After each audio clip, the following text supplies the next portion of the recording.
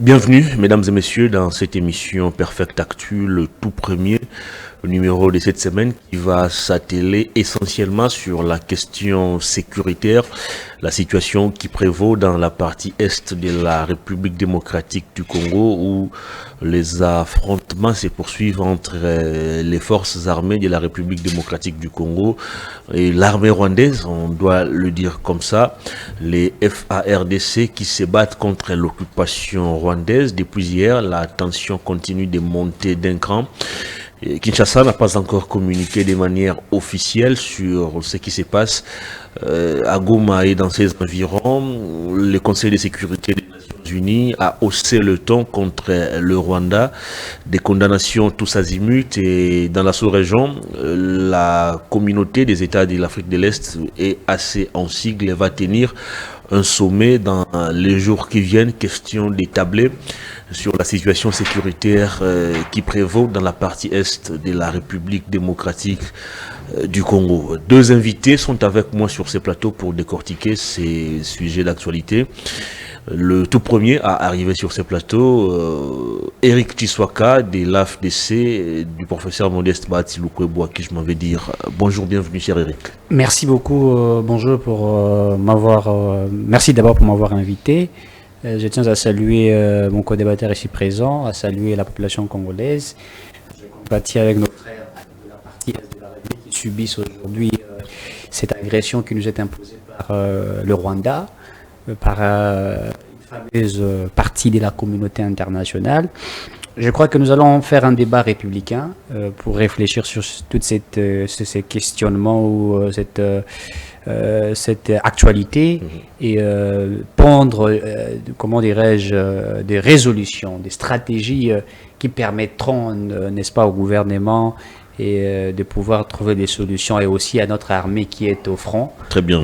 Qui est là pour défendre la patrie. Donc je crois que nous allons faire un débat républicain. Comment se porte l'AFDCA et son autorité morale? L'AFDC se porte très bien. Votre colère s'est apaisée et après la sortie du gouvernement, visiblement, Modeste Bahati Lukwebo n'était pas content du partage. Non, écoutez, nous sommes dans une république, il y a des lois, il y a les textes qui nous régissent.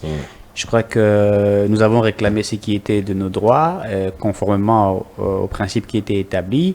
Et cela ne nous empêche pas de pouvoir avancer. Nous savons que le chef de l'État est un père de la nation et que celui-ci pourra trouver des pistes de solutions pour atténuer certaines situations. Mais ce qui nous intéresse aujourd'hui, c'est la situation de notre pays. J'aimerais ici, permettez-moi, j'aurais entendu certaines personnes dire que le Modeste Bahati et certains leaders du Sud Kivu, du Nord Kivu ils ne se sont pas exprimés sur la situation de l'insécurité dans la partie Est, notamment à ce que nous suivons aujourd'hui, comment les rebelles veulent à tout prix prendre la ville de Goma. Je voudrais rappeler que le professeur Modeste Bahati a dirigé ou a été reçu par le président du Sénat, Sama Lokonde, avec quelques collègues sénateurs. C'est lui d'ailleurs qui a été l'initiateur de ce qui s'est passé. Il a apporté certains sénateurs, excusez-moi, chez le président du Sénat, pour réfléchir sur la situation de l'insécurité dans la partie Est et donner des pistes de solutions.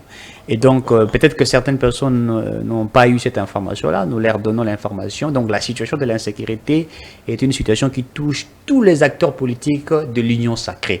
Mais c'est au chef de l'État, les garants des bons fonctionnements des institutions, de donner des pistes de solutions qui permettront à ce que nous puissions trouver. Ce n'est pas à Modeste Bahati de dire si on doit faire la guerre ou pas, ce n'est pas Vital Kamerhe, ce n'est pas à Augustin Kabouya ni à Jean-Pierre Bemba. Nous sommes tous derrière le président de la République, mais entre les leaders de l'Union sacrée, il y a des résolutions, ils s'appellent, ils discutent, il y a des réunions qui s'organisent. Donc, ceux qui veulent aujourd'hui allumer les faits pendant que la situation et la situation des crises continue, je crois qu'il faudrait mettre de côté cette stratégie machiavélique. Regardons l'ennemi en face de nous et trouvons des pistes de solutions. Merci beaucoup Eric Tshiswaka. Et en face de vous, vous rencontrez Marley, un habitué d'ailleurs de cette émission que je reçois pour la première fois depuis le début de cette année. Il m'a fouillé depuis un moment. Bon, certainement il a beaucoup d'argent.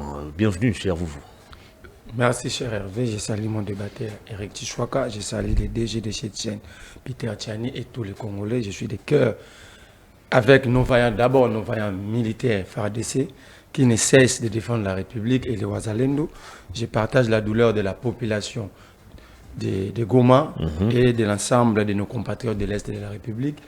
Nous devons, à ce moment-ci, il s'agit de la République, nous devons mettre nos divergences des côtés, absolument. Et voir la République, parce que moi, je ne peux jamais comprendre qu'au XXIe siècle, que moi, à mon âge, je sois dirigé par un petit Rwandais, Ougandais ou Burundais ou Kenya.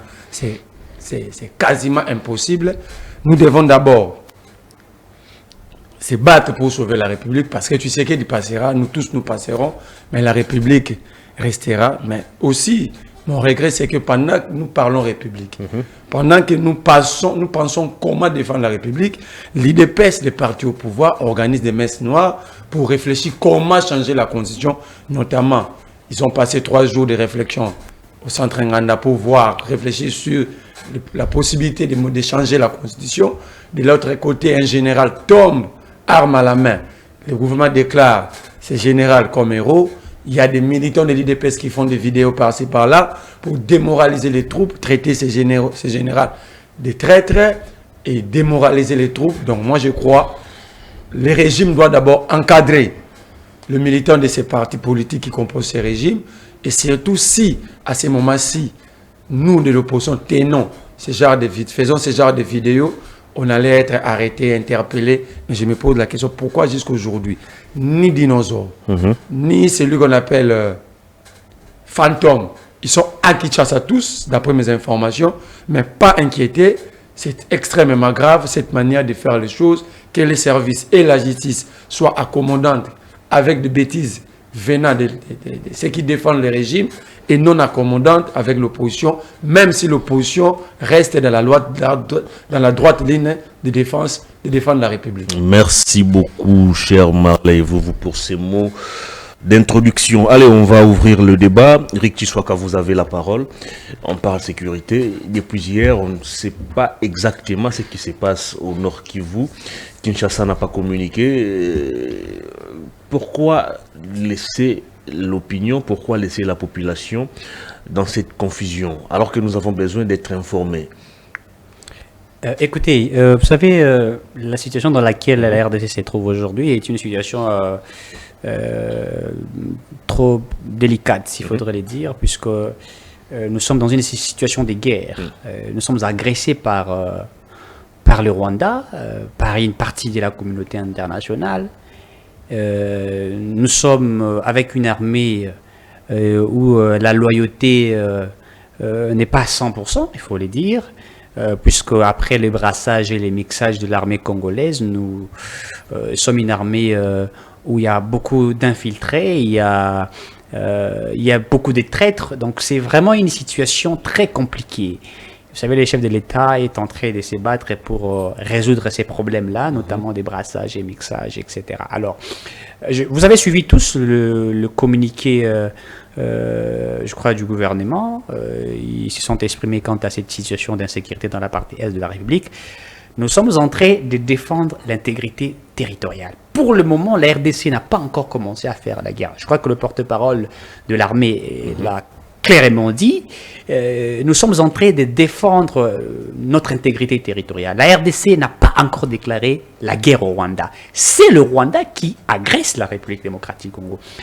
Les causes sont connues. J'aimerais ici que nous fassions une réflexion pertinente et intelligente, au-delà de nos casquette politique, l'un d'un autre parti politique, de l'opposition, l'un de la majorité, puisqu'ici il s'agit de la question de la souveraineté d'un État. Exactement. Une guerre, une agression qui a fait plus de 20 ans, dont chaque président qui est passé nous a amené dans une sorte de diplomatie pour trouver des pistes de solutions. Certaines diplomaties qui ont abouti aux accords, qui ont certainement atténué la situation des crises, mais pas l'exploitation illégale de nos minéraux. Et vous avez actuellement le chef de l'État, Félix Tshisekedi, qui ne veut pas d'une exploitation illégale de nos minéraux. Je voudrais ici que l'on puisse comprendre que cette ascension de l'agression aujourd'hui que nous vivons, c'est à cause du refus de la RDC de dialoguer avec le M23, qui est un groupe terroriste. Et ça, il faudrait le dire, que le chef de l'État a décidé de ne pas dialoguer avec le M23. Mais comment on va sortir de cette situation? Parce que même la communauté internationale pousse le président à dialoguer directement avec ces rebelles. On ne peut pas refaire le même bêtise, puisqu'il faudrait que nous regardions en arrière l'histoire de la République. Les accords qui ont précédé, dont la RDC a signé des accords avec les groupes terroristes, le SNDP, le M23, etc., a abouti à ces brassages et mixages au sein de l'armée, même au sein de nos institutions. Et aujourd'hui, ça nous crée préjudice. La recette pourrait peut-être changer cette fois avec le président. Non, je crois que nous ne pouvions pas adopter cette attitude-là, cette méthodologie-là, puisque cela a abouti à ce que nous vivons aujourd'hui. Le chef de l'État Tshisekedi a dit, nous sommes d'accord de dialoguer avec le Rwanda, qui est un État souverain, une république rwandaise, avec la République démocratique du Congo, pour discuter sur des conflits entre ces deux pays. Mais on ne peut pas envoyer un État souverain avec de pouvoir dialoguer, échanger avec un groupe terroriste qui réclame l'exploitation de nos minéraux. C'est nous rendre, comment dirais-je, détruire notre souveraineté. Ce n'est pas considérer la République démocratique du Congo. Vous savez, l'accord du 23 mars 2009, cet accord, c'était entre la République démocratique du Congo et un groupe terroriste, je vais les appeler comme ça, avec les M23, qui réclamaient les terres congolaises, qui réclamaient les richesses de la République démocratique du Congo. Alors, nous ne pouvions pas refaire cette bêtise-là. Et donc, nous sommes dans cette posture de la défense de notre intégrité territoriale. J'ai beaucoup aimé la résolution du Conseil de sécurité des Nations Unies, qui aujourd'hui à l'unanimité, tous les pays ont condamné le Rwanda. Qui ont compris que Paul Kagame a initié sa politique stratégique machiavélique sur, comment dirais-je, sur les stratagèmes qui ne tiennent lieu. Et pour lui, il veut nous amener dans une guerre ethnique entre les Banyamulenge, entre les Tutsis qui sont au Congo pour, comment dirais-je, pour influencer la communauté internationale, pour créer des zones de tension, pour imposer sa politique. Et donc, je crois qu'ici, nous devrions comprendre que nous sommes agressés. Maintenant, quelle attitude devrions-nous tempérer ou opter face à cette agression? Je crois que le chef de l'État est le garant du bon fonctionnement des institutions. Il a déjà imposé sa politique, sa stratégie pour que nous puissions résoudre ces problèmes-là. Nos FRDC sont là pour appuyer le gouvernement, mais également pour défendre l'intégrité territoriale. Je crois qu'il est temps maintenant que la RDC se décide de faire la guerre avec le Rwanda. Donc nous avions tenté cette diplomatie qui, je dirais ici, a abouti à des résolutions, puisqu'aujourd'hui, pratiquement... Ces résolutions souffrent généralement d'application. Ce n'est pas pour la première fois qu'on puisse condamner le Rwanda. Non, écoutez, ce n'est pas la première fois qu'on exige au Rwanda de retirer ses troupes sur le sol congolais, mais ça n'a jamais été appliqué. Il est vrai que ces résolutions sont encore un petit peu froides. Et donc, nous pensons que cette fois-ci, ça pourrait peut-être aboutir à une sorte de solution. Mais si cela n'aboutit pas, je crois que nous sommes un État souverain. Merci Il est beaucoup. question de défendre l'intégrité territoriale. Le gouvernement doit se décider, le chef de l'État doit décider que nous fassions la guerre au Rwanda. Et c'est ça l'option véritable. Il nous faut faire la guerre au Rwanda, puisque après plus de 30 ans, nous sommes restés un pays frère, un pays qui a tempéré à cette guerre-là, à cette agression rwandaise. Maintenant, il faudrait que nous puissions prendre la posture de guerre et faire la guerre au Rwanda, afin que nous puissions mettre hors d'état de nuit tous ceux qui veulent influencer négativement la République démocratique. Merci beaucoup. Marley, vous avez la parole. Le Conseil de sécurité a tranché. Le Rwanda doit retirer ses troupes sur le territoire congolais. À l'unanimité, tous les pays ont condamné le Rwanda. Voyez-vous cela suffisant pour changer la donne sur terrain? Merci, cher Hervé. J'ai suivi mon débatteur, mon frère Eric Tshisekedi, que j'aime tant. Mais j'ai suivi un frère désespéré qui a tenté de naviguer n'importe comment, surtout lorsqu'il évoquait la question de l'accord du 23 mars 2023. Je voulais juste vous dire, si le mouvement M23 était né, ça veut dire parce que l'accord du 23 mars n'était pas respecté. Kabila avait refusé de respecter cet accord, pensant que l'accord, disant que l'accord bradait la République. Il avait dépêché quelques membres de son entourage pour aller rencontrer les facilitateurs, l'ancien président nigérien, l'informer que l'accord tel que signé ne reflète pas l'image d'un État souverain. Conséquence logique, nous sommes en 2013, le M23 refait surface. Le M23 signifie mouvement du 23 mars, faisant référence à l'accord du 23 mars 2023 avec les CNDP. Et tout de suite, Kabila s'était préparé, il a refusé d'appliquer l'accord, mais il a organisé l'armée. Et le M23 a été défait au mois de décembre 2013. Donc, vous ne pouvez plus nous parler d'un accord qui n'était pas appliqué et surtout le mouvement était défait. Lors de remise et reprise entre Tshisekedi et Kabila, Kabila avait remis les 145 territoires à Tshisekedi. Quelle était la motivation de l'entourage de Tshisekedi, pour ne pas dire lui-même, d'inviter un mouvement déjà défait, installé à Kampala, à Kinshasa pendant 14 mois? Ce sont des questions pareilles, si vous voulez que nous puissions réfléchir proprement et approfondir, c'est des questions à poser. C'était quoi la motivation? Pourquoi n'avez-vous pas posé la question à Kabila? Parce qu'à l'époque, vous étiez partenaire. Pourquoi vous avez contourné même votre partenaire en invitant ces gens à Kinshasa? Vous auriez dit poser la question, par exemple, à Kabila, parce que là, il s'est rencontré régulièrement avec Tshisekedi. Mais nous voulons parler avec ces gens. C'était quoi le terme d'accord? Parce qu'ils réclament l'accord. Pourquoi n'avez-vous pas fait cet exercice? Deuxième élément. Vous n'avez pas posé la question à Kabila, mais vous avez invité les 23. Parmi dans les deux groupes, il n'y avait pas des sourds. Il n'y avait pas aussi des mioés. Qu'avez-vous parlé? Vous avez discuté sur quoi? Vous les avez assurés quoi? Ça, vous ne dites pas. Vous nous ramenez toujours l'accord de 2009. Mais vous les avez réussi à Kinshasa. Vous avez discuté avec les groupes. Vous vous êtes dit quoi? Quels étaient les termes d'accord? Mais après ça, le M23 refait encore surface. Vous contredisez Tshisekedi lorsque vous condamnez Kabila. Parce que Tshisekedi, Félix Tshisekedi, le président de la République, a dit dans un discours adressé à la nation pendant 5 minutes qu'il ne comprend même pas pour comment est-ce que le M23 est ressuscité pendant qu'ils étaient défaits en 2013. Il a reconnu que le M23 était défait. Alors, question. Est-ce que le M23 était réarmé réellement par le Rwanda? Moi, j'ai dit oui, mais en même temps, j'ai dit non. Pourquoi j'ai dit oui et j'ai dit non? Le M23 défait cantonné dans un camp à Entebbe. Entebbe, c'est en Ouganda. Ok?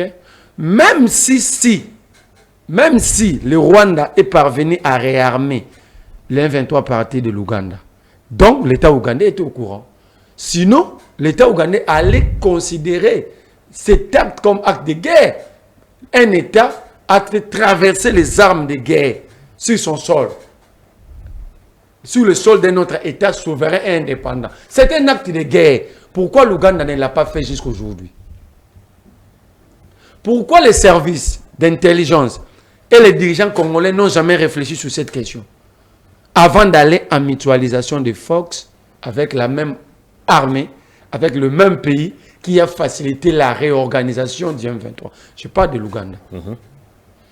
Le frontière entre le Congo et l'Ouganda, c'est exactement la cité frontalière de Bunagana.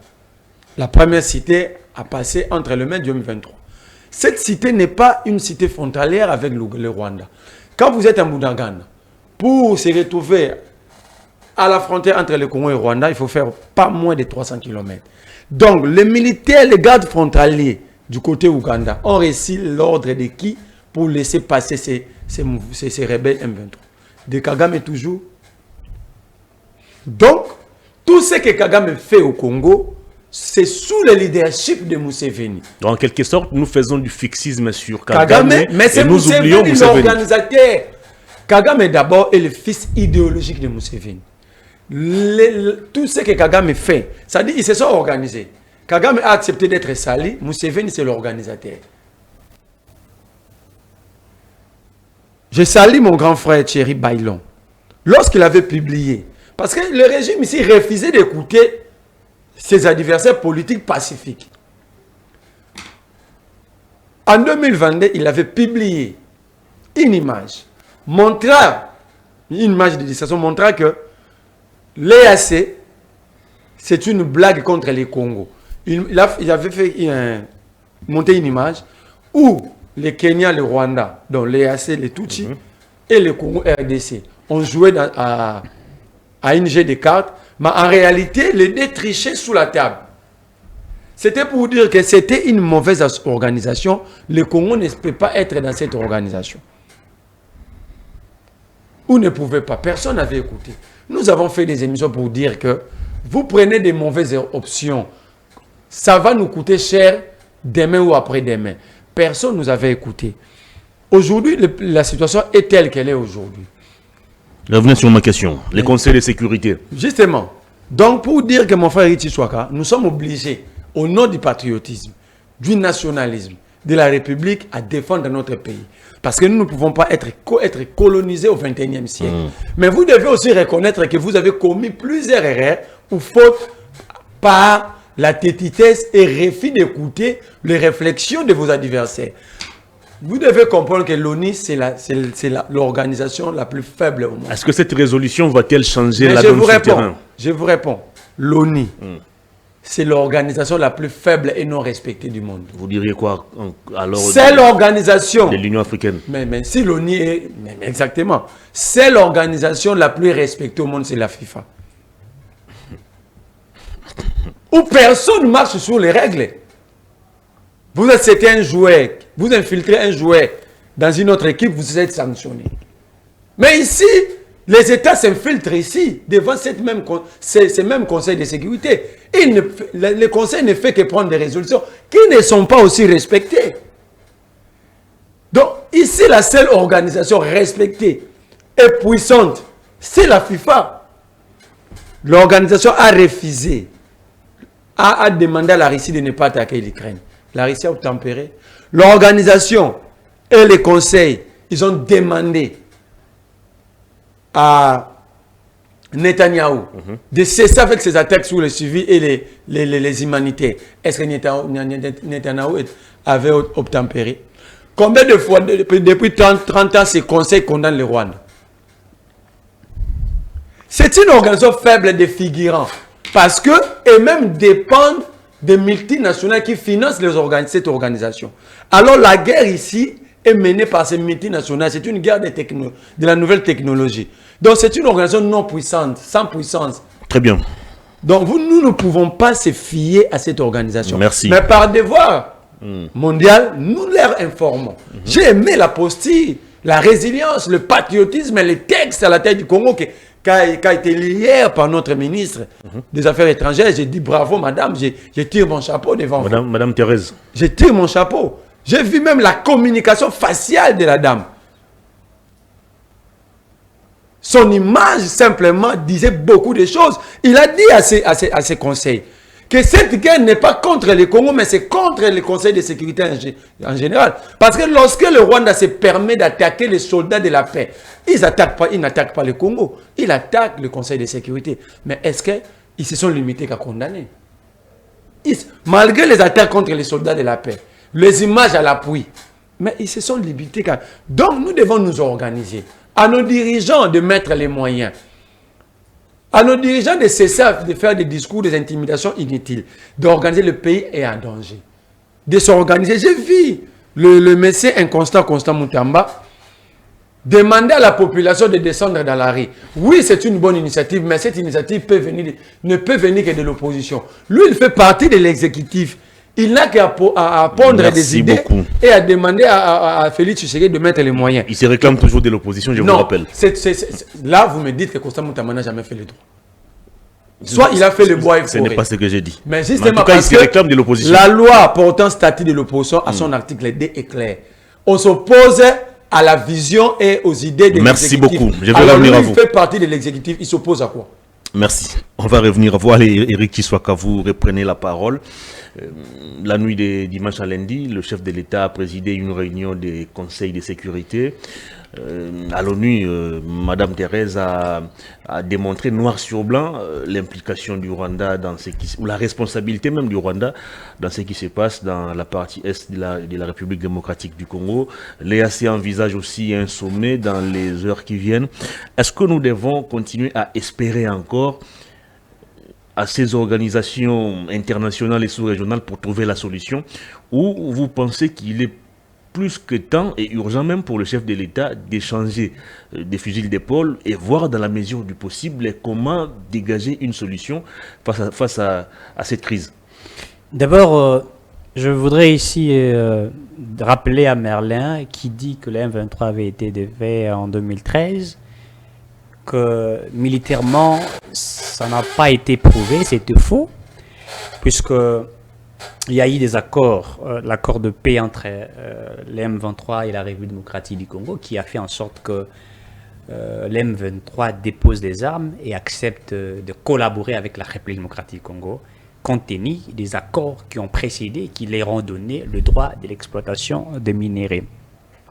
Deuxièmement, l'objectif du M23, c'est de renforcer la sécurité du site minier dont le Rwanda exploite en République démocratique du Congo.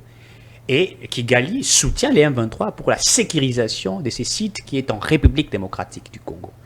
Et donc, militairement, il n'y a pas eu une victoire de la République démocratique du Congo face au M23, mais il y a eu un accord de paix qui a atténué la situation en 2013. Joseph Kabila est encore vivant, ce GFCC existe encore, allez-y vous renseigner. Puisque aussi cette M23 a été défait, vous allez vous rappeler là en 2016, alors qu'il y avait marche, nous réclamons les élections en République démocratique du Congo, et qu'il y avait des tueries, enlèvements, des fausses communes, Women Watch, à moins que je me trompe, avait affirmé que M. Kabila, en 2016, avait recruté les éléments du M23 pour agresser au Kasaï, l'affaire Kamwena, ça pour exemple, c'est documenté, c'est certifié. Même les experts des Nations Unies, même les organisations internationales qui ont affirmé réellement que le régime en place avait recruté en 2016. Comment avez-vous défait en 2013 et qu'en 2016, on nous informe avec des documents certifiés que les M23 existaient en République démocratique du Congo? Pourquoi allez-vous mentir l'opinion publique maintenant pour dire qu'il y avait la victoire de la RDC sur les M23? Non! Il y a eu cet accord de paix qui a atténué la situation. Soyons clairs, que veut le M23? C'est le minerai de la République démocratique du Congo. Vous pensez que c'est sur base de la guerre que ces gens-là, nous avons des faits, ils sont partis et puis c'est fini? Non! Ils réclament le site. Ils veulent continuer à exploiter pour alimenter Kigali. Et Kigali qui alimente la Belgique, l'Allemagne, la France, les États-Unis. Nous connaissons, ça existe et c'est documenté. Cette guerre date de plus de 30 ans. Nous connaissons les causes de la guerre. Et maintenant, il faudrait trouver de pistes de solutions. Pourquoi la RDC ne s'attaque pas, n'a pas déclaré officiellement la guerre au Rwanda? Puisque la RDC, dans cette posture de celui qui est agressé, veut faire comprendre à la communauté internationale, au reste du monde, nous subissons injustement une agression venant du Rwanda, un petit pays, mais qui est soutenu par certains partenaires. Puisqu'avec la stratégie machiavélique du Rwanda, c'est présenté comme un pays minoritaire, un pays avec, vous savez, c'est le génocide dont le Rwanda s'est vendu. Certains pays aujourd'hui regardent le Rwanda comme un petit pays dont ils doivent apporter les soutiens. Et Kagame, sa stratégie, c'est ça. Et il pense que les nations viendront le soutenir pour qu'il puisse continuer sur cette exploitation des minéraux de la République. Réponds sur ma question. Maintenant, est-ce que les résolutions du Conseil de sécurité des Nations Unies apporteront les solutions? Quelle est notre attitude? Mais nous avons mis Madame la ministre, que je tiens à apprécier, je crois que mon co-débatteur l'a dit, Madame Thérèse m'a séduit, avec une intervention magistrale, avec un raisonnement qui atteint l'exponentiel, une intelligence avérée. Elle a mis ces conseils de sécurité des Nations Unies face à un fait. Et aujourd'hui, elle a prouvé à suffisance que si aujourd'hui vos résolutions ne sont pas respectées et que le Rwanda continue pas simplement à nous défier et à vous défier, nous, la RDC, nous prendrons une autre posture, c'est-à-dire des guerres. Nous sommes un pays agressé, nous voulions assez que les autres comprennent que nous sommes agressés. Parce que cette posture que nous allions prendre après mettra Kigali dans cette difficulté à pouvoir avancer. Vous savez que le Rwanda vit de l'économie de la République démocratique du Congo. Allez-y au Rwanda, allez-y à Goma, à l'est de la République, je vais vous le dire. Et ce sont des Rwandais qui viennent en République démocratique du Congo acheter le bien, ils viennent se procurer de biens et partir vendre ça à Kigali et vendre ça dans certains territoires ou dans certains pays. Ils vivent de l'économie de la République démocratique du Congo. Et donc si nous sommes dans cette posture de guerre et que nous déclarons officiellement la guerre au Rwanda, Kigali ne pourra pas vivre en paix. On va asphyxier l'économie rwandaise. Et donc, maintenant, la République démocratique du Congo veut déclarer la guerre. Mais il veut mettre tout sur la table pour démontrer que nous avons épuisé toutes les procédures de paix. Posons-nous la question. Pourquoi le président Tshisekedi ne veut pas dialoguer avec les M23 et a accepté d'échanger avec M. Paul Kagame? Puisque Kagame représente la République rwandaise. Pour dire à la face du monde, qu'est-ce que M. Kagame veut exactement de la République démocratique du Congo? Puisque Kagame refuse qu'il soutienne les M23, alors que cela est démontré que c'est lui qui soutient. Un président étranger qui veut nous donner des leçons d'une élection qui est organisée en RDC pour dire que Tshisekedi n'avait pas été élu, puisqu'il sait qu'aujourd'hui Tshisekedi a empêché l'exploitation illégale des minéraux. Un président Kagame qui vous dit, rappelons-nous de cette histoire, qui nous dit que à l'époque coloniale, on n'a pas bien découpé le parti dont Goma appartenait, n'est-ce pas, au Rwanda, à Kigali. Rappelons-nous de toute cette histoire-là. C'est-à-dire que Kagame est dans cette posture de nous faire la guerre. Et ce monsieur s'est préparé pour cela. Et donc, nous avons, comment dirais-je, présenté tous ces défis.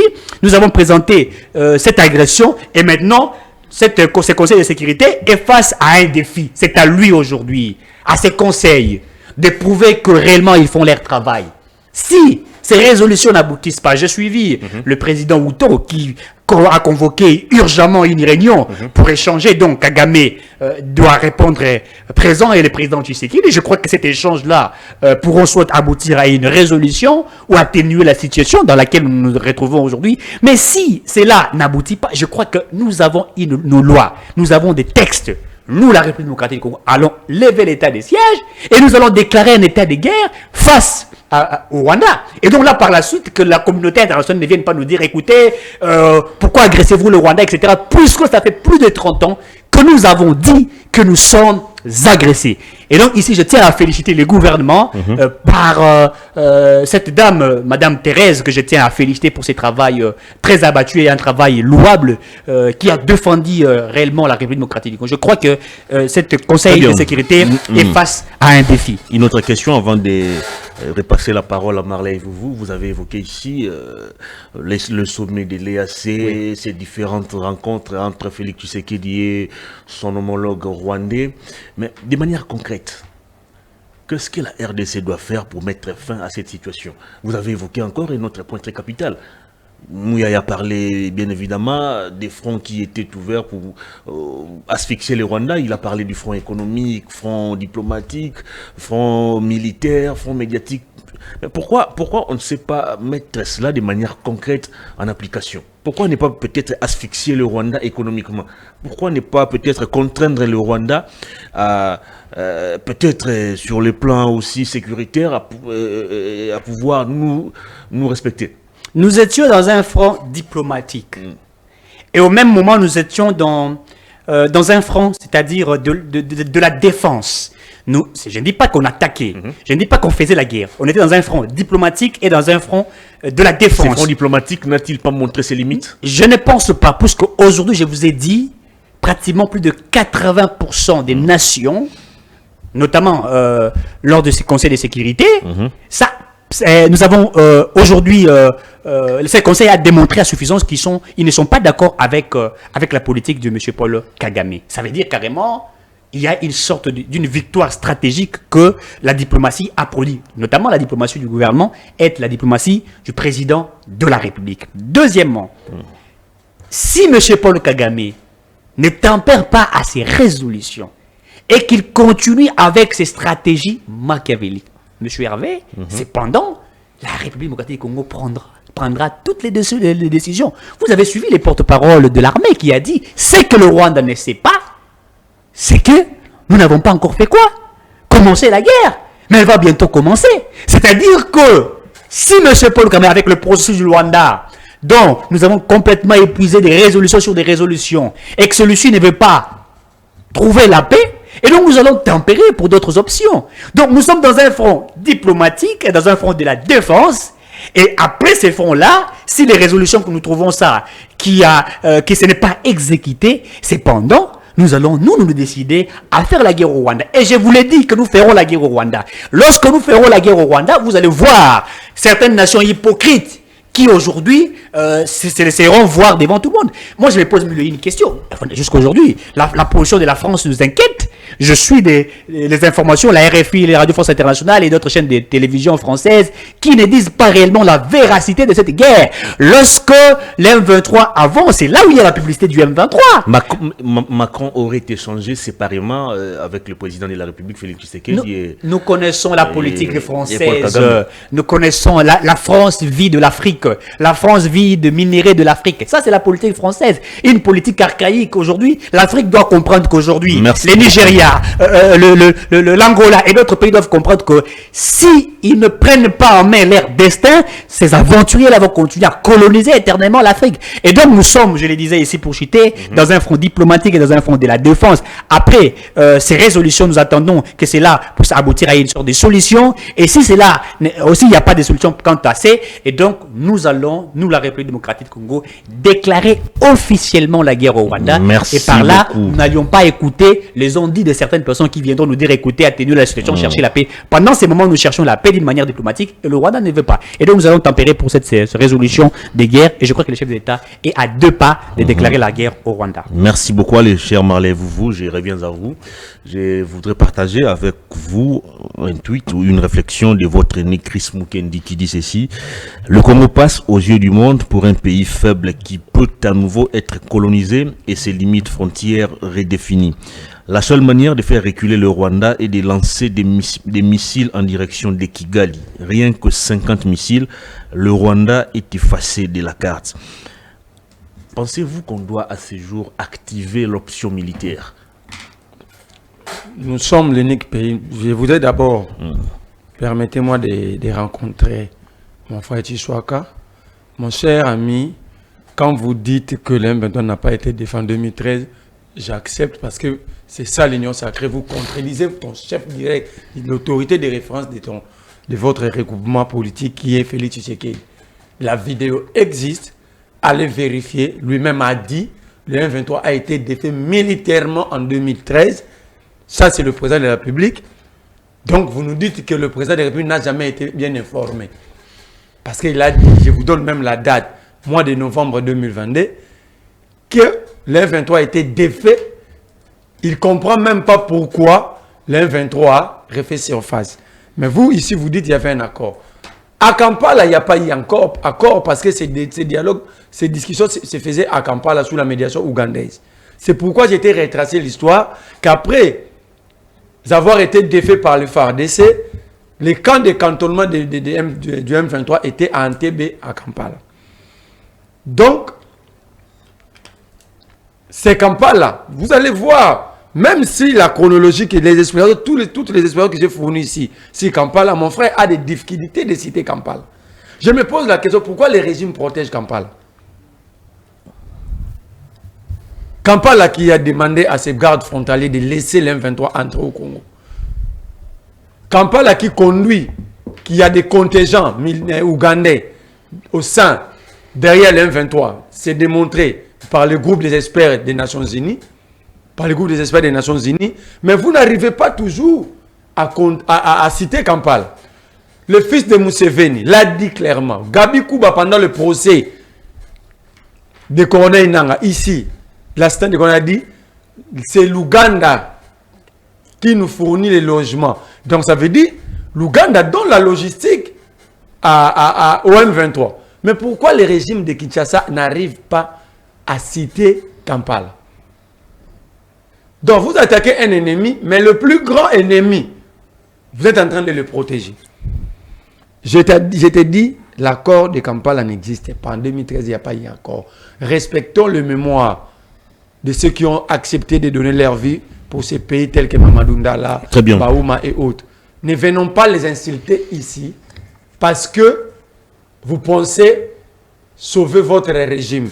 Il fallait nous dire qu'est-ce que le régime avait conclu avec le M23, parce que même le président de la République avait accepté que le M23 a passé 14 mois à Kinshasa, mais ce n'était pas lui, c'était son ministre de l'Intérieur qui les avait invités. Mais où sont les clauses des accords signés avec vous et avec le M23?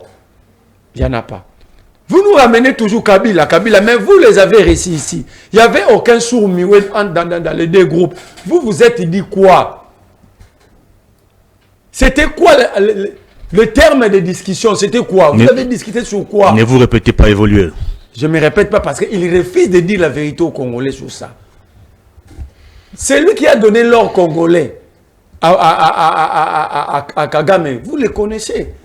Jean Lissembou, c'est vivant avec Tshisekedi qui ont signé les accords commerciaux.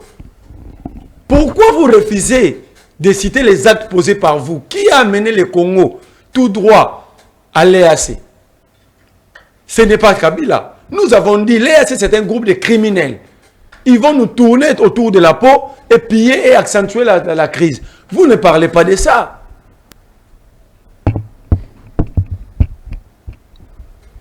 Bissele laissez limiter de parler que des carnets d'adresse. Mais en fait, ici, l'UDPS a commencé à vendre ces pays depuis longtemps.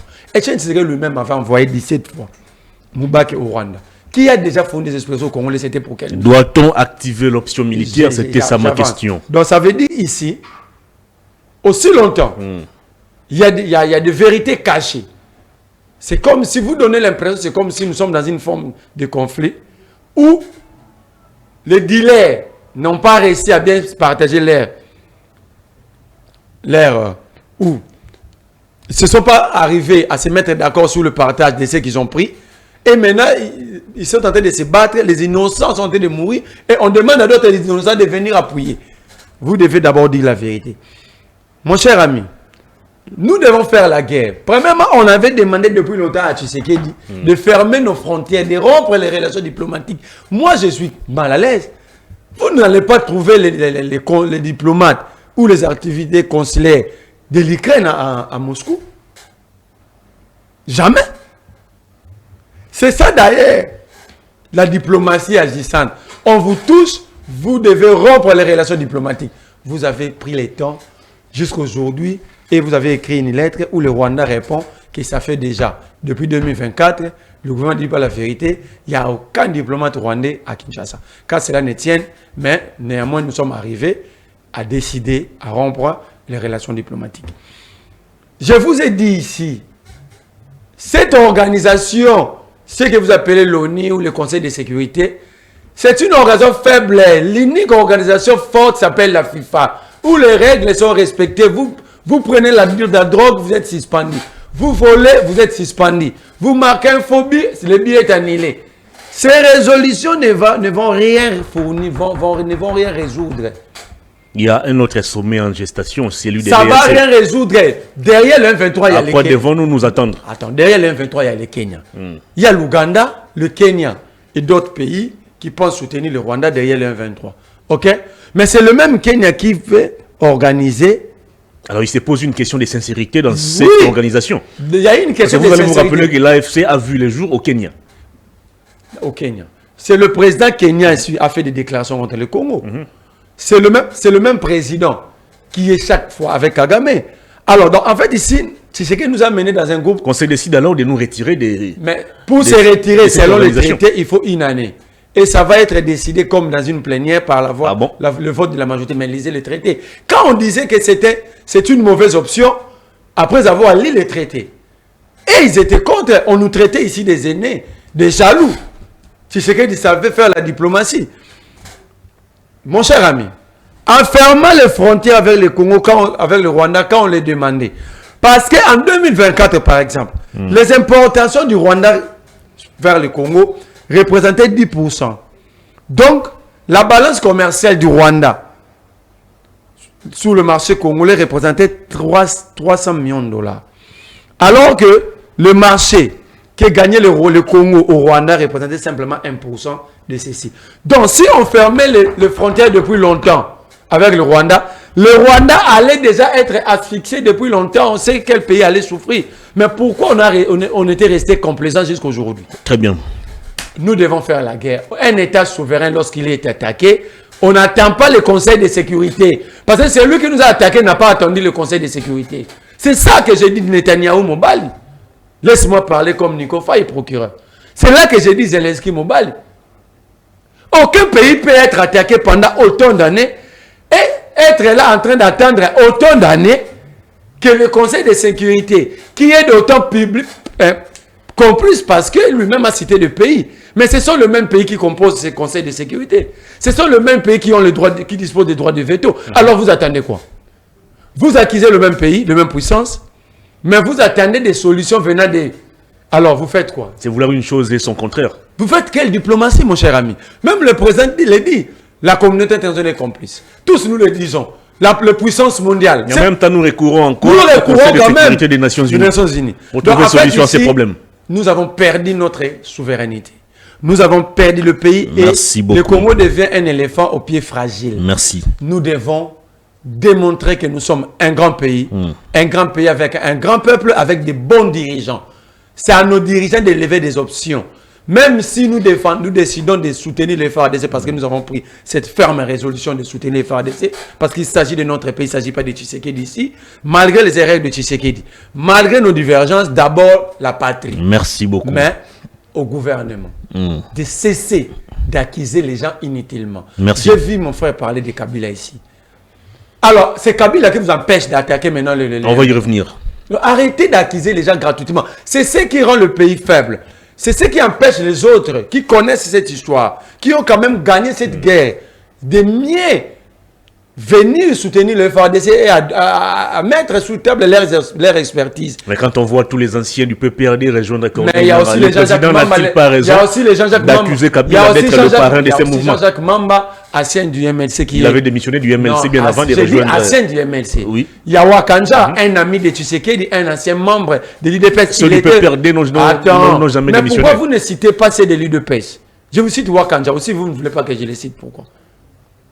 Il était ici à Kinshasa pendant ses pouvoirs. Ceux des Palouko aussi, Birek. Mais ben justement. Donc, en fait, il y a des Congolais qui ont levé l'option de soutenir. Mais moi, j'ai dit, par devoir du patriotisme, je ne peux pas soutenir. Si Corneille Nangaa voulait faire la guerre, la rébellion, on devait parler entre nous Congolais parce qu'il s'agit de notre pays. Très bien. Mais allez prendre les Rwandais. Pardon, je chute par là. Les Rwandais, si Corneille Nangaa nous amène les Rwandais, ne pensez qu'ils soutiennent. Ne pensez pas que les Rwandais vont commettre les erreurs qu'ils ont commis sous musée pour qu'ils soient chassés demain. Ils vont nous marquer ici, ils vont marcher sur nous pour que nous n'ayons pas la possibilité de les chasser. Mettons nos divergences à côté. Nous sommes d'accord que Tshisekedi a mené une mauvaise politique publique dans ce secteur. Il a levé de mauvaises options. Mais ici, nous ne devons pas prendre Tshisekedi. Merci beaucoup. Nous devons sauver d'abord la République. Très bien, Eric Tshiswaka. L'attitude affichée par les autorités congolaises, par nos dignitaires, est-ce que c'est une attitude qui reflète exactement l'état d'un pays agressé? Plusieurs fois, on a vu les leaders de l'Union sacrée se réunir quand il s'agissait de former le gouvernement, quand il fallait composer les bureaux pas de matinée de l'Assemblée nationale, des réunions nocturnes. Mais jusqu'à ce jour, aucune réunion n'est convoquée, personne ne prend la parole, personne n'est dit mot en rapport avec ce qui se passe dans la partie est du pays. Doit-on conclure que vous êtes plus préoccupé par les portefeuilles de l'État que le vécu quotidien de la population congolaise?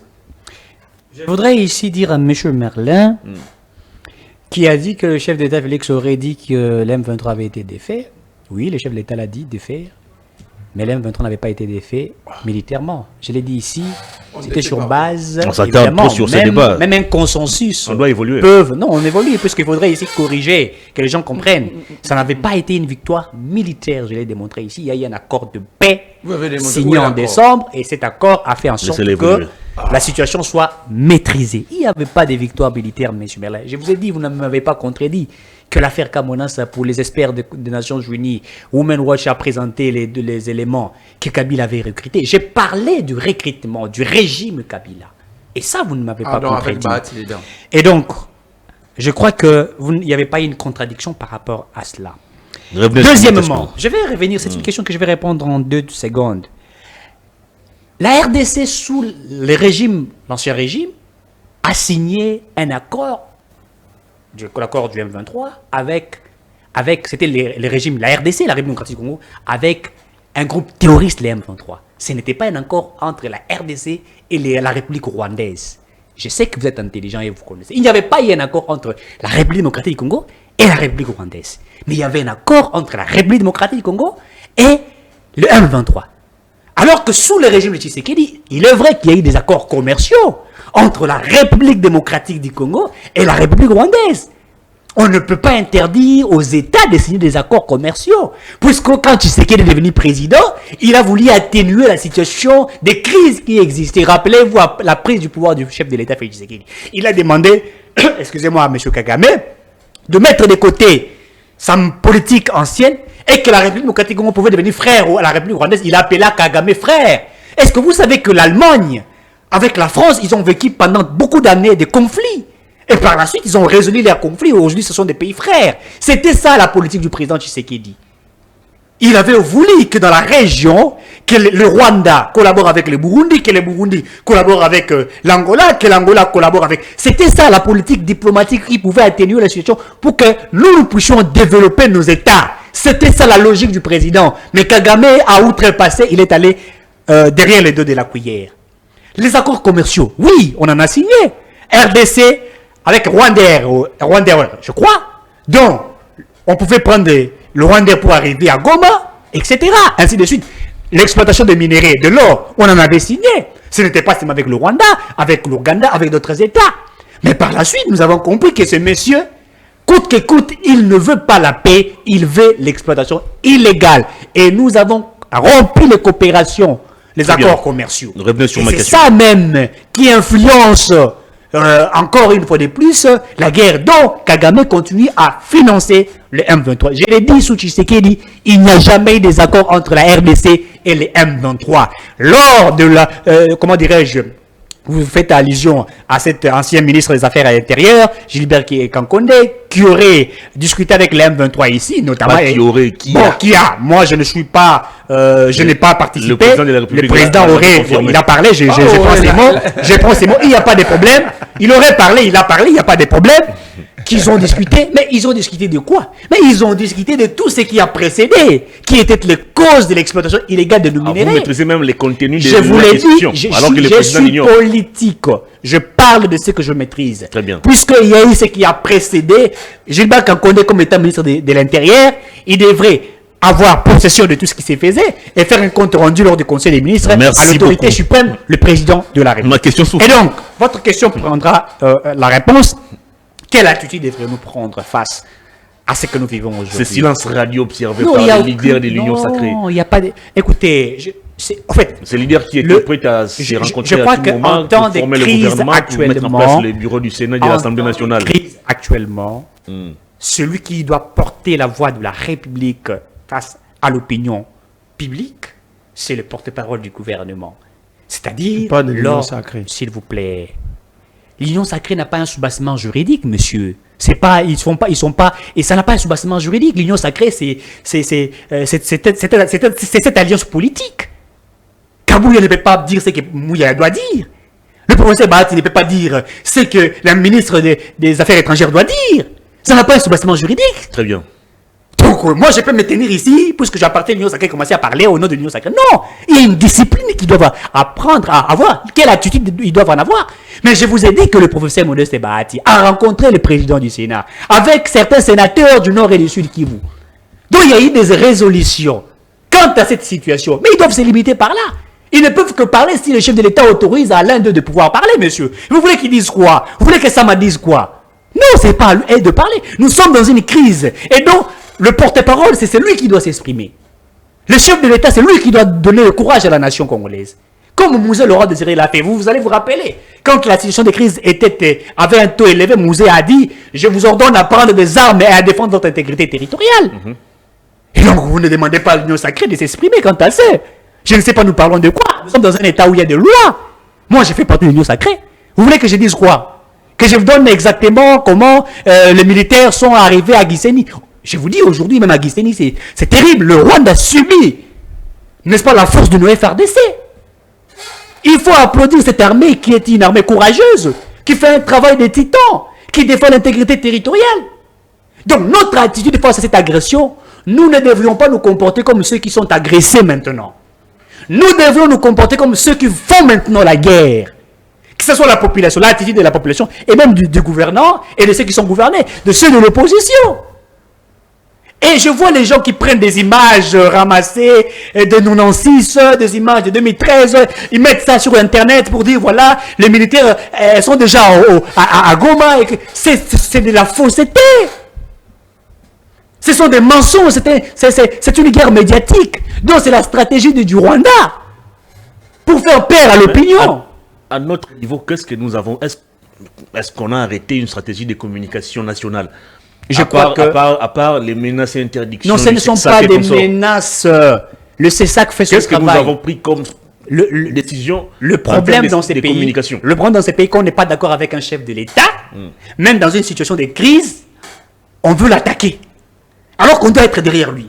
Et donc, on veut faire l'apologie du Rwanda. Donc, ils sont déjà à Goma. Alors, non! Raison pour laquelle le CESAC veut assez que le média, même s'il s'avérait que nous sommes attaqués, mais que le média défend, les médias congolais, défendent la République démocratique. Il faut une stratégie de communication mais qui canalise. C'est ça la stratégie de communication. C'est-à-dire, il y a une stratégie de guerre qui est mise en place. L'armée congolaise le fait. Quelle est cette stratégie? Mais on ne peut pas, je suis sur le média, je ne peux pas vous donner les stratégies de guerre. Vous demandez aux médias. Non, mais attention. Merci beaucoup. Vous êtes quand même, je crois, les quatrième ou cinquième, quatrième pouvoir. Votre stratégie de communication permet de faire. Ça doit être conçu au niveau national. Ça doit pas être vous pensez que le CESAC, le ministère de la communication, vous pensez que non, mais écoutez, doit vous pondre des stratégies de communication, non, mais un langage adopté. Écoutez, il faut un sens de patriotisme quand on défend l'intégrité territoriale. Quand un Koulouna vient agresser votre père, et que vous, là, vous avez aussi un peu de force pour les défendre, vous n'allez pas demander à vos voisins quelle attitude, quelle stratégie dois-je en avoir pour Merci défendre. beaucoup. Vous devriez d'abord commencer à défendre. On va terminer cette émission. C'est comme ça qu'il faudrait faire. On va terminer cette émission. Il faut adopter l'attitude de ceux qui font maintenant la guerre, pas de ceux qui sont agressés. Allez, vous allez conclure l'émission en quelques secondes. Qu'est-ce que vous proposez au président de la République en ces moments?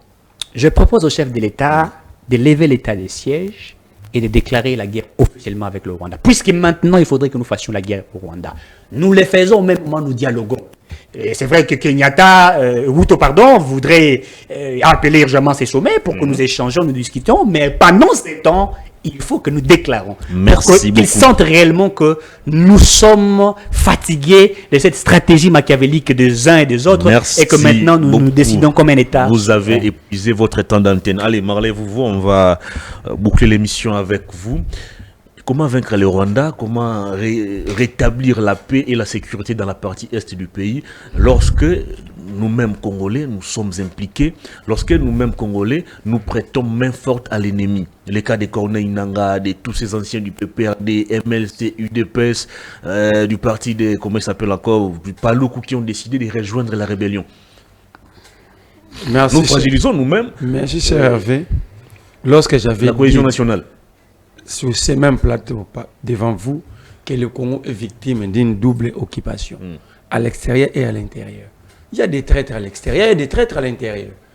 Il y a des gens qui ont bâti, qui ont fait fortune à cause de cette instabilité. Mon frère Tishwaka dit bien que ça fait 30 ans que le Rwanda nous attaque. Mais Kabila, 30 ans avant, Kabila n'était pas là.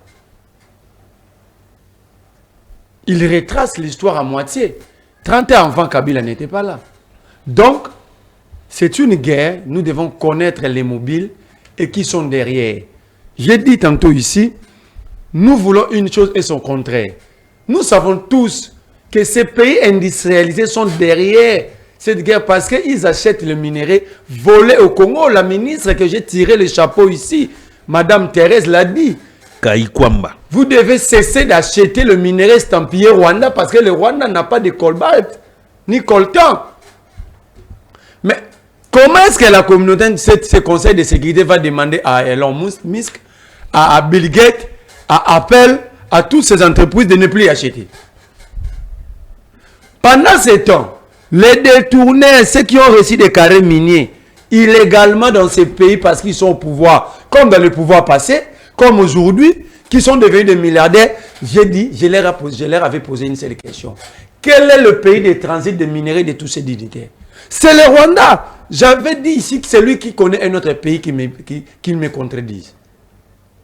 Alors, donc, nous avons des gens ici qui tirent dividende de cette insécurité. À partir d'ici, c'est ce qui fait perdurer cette situation. Merci beaucoup. Non, je n'ai pas fini. Mon cher, les on va accords... pas vous laisser toute la journée pour Non, parler. Il a pris 7 minutes. Moi, je prends la parole directement. Vous dites que Concluez l'émission. Oh. Allez-y. Il dit Ne vous que plaignez pas. les rois de M23 n'étaient pas défaits, c'était l'accord. On peut défaire un mouvement rebelle par des accords. Non. Les accords, on concède, on ne défait pas. Ça veut dire, moi j'accepte. Ne rebondissez plus sur ce qu'il a dit. Oh, mais laisse-moi, Sinon, il a dit- il sera tenté aussi de... Il ne sera pas tenté parce que lorsqu'il m'a on a largement épuisé notre temps d'antenne. Allez. Voilà. Allez. Alors je conclus que c'est une stratégie. Passez à l'essentiel. Parce qu'à chaque fois que vous me recevez, Allez à l'essentiel. Allez à vous me l'essentiel. donnez la parole aux dernières minutes. En dernière minute pour me permettre. Allez à parler. l'essentiel, cher vous. Non. Ne vous répétez pas. Devant Kinana, c'était ça. Aujourd'hui, vous faites la même chose. Mais j'ai dit,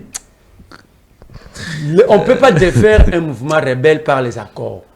Vous pouvez consulter votre dictionnaire. Les accords, nous concédons. J'accepte ta position, une partie de ta position, de tes positions. Vous acceptez aussi une partie de mes positions. Mais le président parlait de défaire. Nous avons défait les M23. Vous contredisez même le président. Vous dites que le Congo avait eu un accord avec un groupe terroriste. Donc vous confirmez ici que le régime Tshisekedi avait réussi un mouvement terroriste. Parce que le même M23 était réussi ici. Donc si Kabila... interdit. Non, vous avez dit. C'est pas interdit.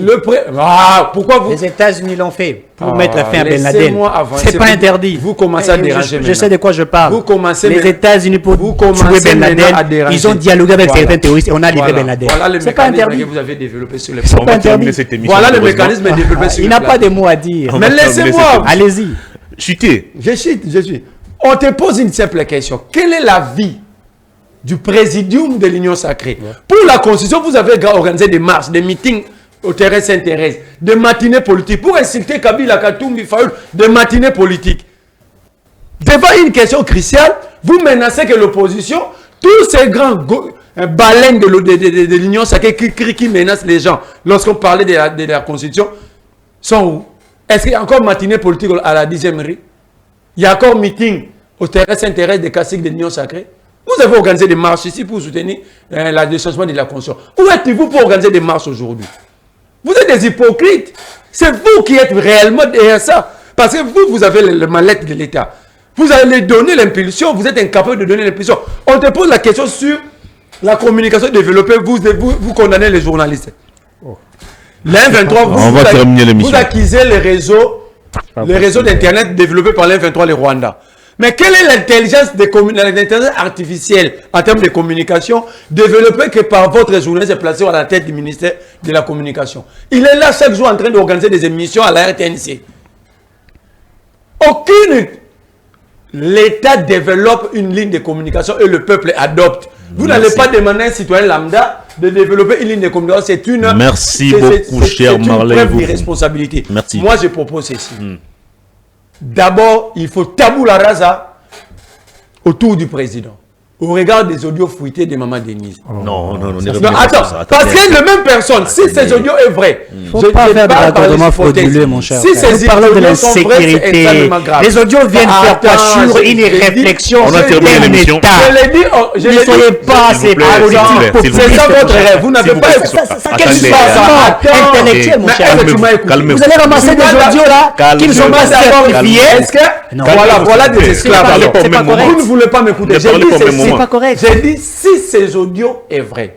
Donc, si c'est vrai, donc demain, s'il y a conseil, réunion du Conseil supérieur de la défense, le 8, il va encore être là dans la trajectoire.